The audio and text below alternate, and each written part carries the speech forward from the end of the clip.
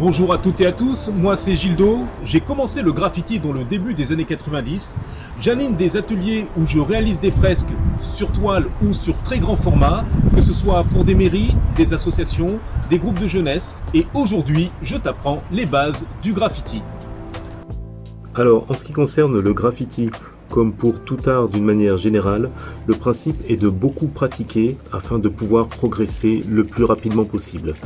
En ce sens, je vous conseillerais de graffer au moins une fois par mois.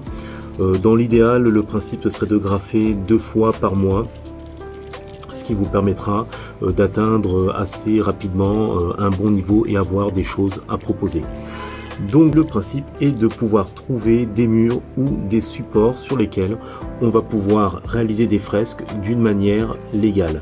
Alors il y a différentes possibilités pour pouvoir peindre d'une manière safe. En premier lieu, je vous parlerai d'un site qui s'appelle legalwalls.net, donc legal-walls.net, et c'est un site internet qui référencie l'ensemble des lieux sur lesquels vous pouvez aller graffer partout dans le monde.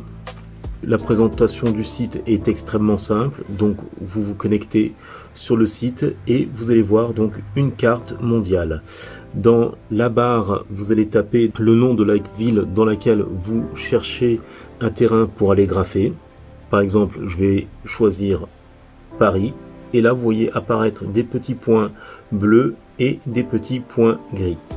Donc lorsque l'on va ensuite zoomer dans un coin un peu plus précis, les petits points gris représentent des anciens lieux sur lesquels on pouvait aller graffer, mais qui ont été signalés comme des lieux sur lesquels soit les lieux ont disparu, soit maintenant on n'a plus d'autorisation pour aller y graffer.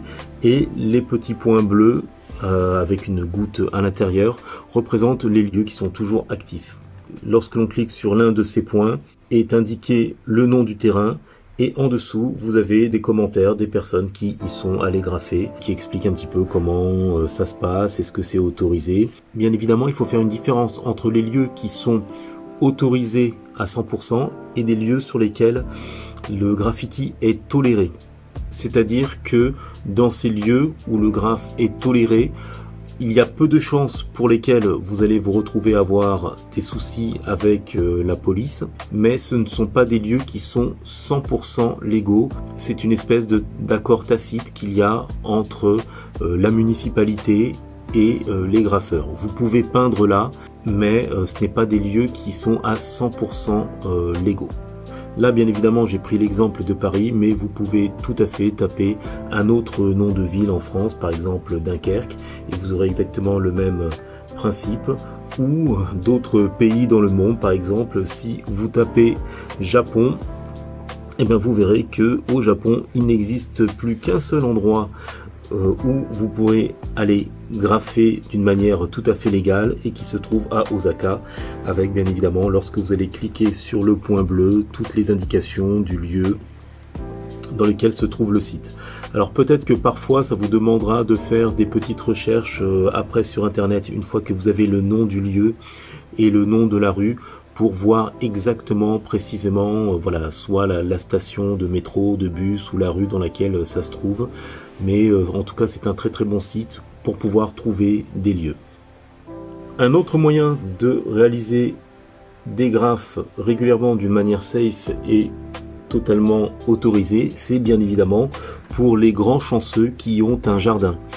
Et donc le principe, c'est soit de pouvoir peindre sur un mur qui se trouve dans votre jardin, soit sinon d'installer, j'utilisais des plaques de plexiglas ou plus exactement du polycarbonate, ce qui revient beaucoup moins cher. C'est donc à peu près une vingtaine d'euros pour une plaque de 2 mètres de haut sur 1 mètre de large, et ça permet en fait de réaliser des fresques. En plus, le fait d'être chez soi fait qu'on est véritablement à l'aise. Sinon, vous avez aussi la possibilité, alors c'est quelque chose que j'avais fait pendant la période du Covid, de graffer un mur de votre maison ou de votre appartement. Alors là, effectivement, il faut se protéger de tout ce qui va être odeur. Alors après, bon, ça va dépendre de la tolérance des personnes qui habitent sous le même toit que vous. Est-ce qu'elles vont vous permettre de réaliser très régulièrement la décoration ou est-ce que ce sera juste pour une seule peinture, mais c'est aussi un moyen de trouver des murs pour peindre. Un autre support que j'avais déjà utilisé et que j'avais trouvé aussi très intéressant, c'est le fait de peindre sur des paravents. Alors vous pouvez acheter des paravents qui peuvent être assez larges, dont vous en avez certains qui vont avoir 2,40 m d'envergure. Et lorsque par exemple vous en prenez deux, ça peut vous faire véritablement une très belle surface. Donc soit que vous pouvez peindre dans votre garage pour ceux qui ont un garage, pourquoi pas en extérieur. C'est une autre option que j'ai trouvée aussi très pertinente.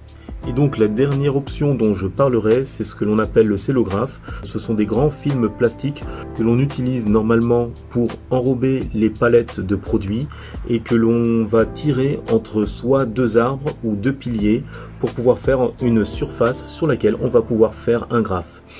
Donc c'est quelque chose qui est très connu dans le milieu du graffiti. La quasi-totalité des magasins de vente en ligne ou physique de bombes de peinture en vendent des cellographes. Donc il suffit juste soit d'aller dans un parc, soit d'aller dans une forêt, ou sinon d'aller dans un endroit dans lequel se trouvent deux grands piliers et d'étirer votre cellographe pour pouvoir faire votre surface. Vous pouvez faire votre graphe et ensuite simplement un coup de ciseaux et puis vous enlevez la surface et vous pouvez la mettre à la poubelle et revenir en fait à l'état initial. J'espère que ces petites idées vous permettront de pouvoir graffer premièrement rapidement et puis surtout, comme je le disais en introduction de cette vidéo, vraiment le principe est de peindre très régulièrement, de beaucoup peindre pour pouvoir progresser rapidement. Voilà, à bientôt.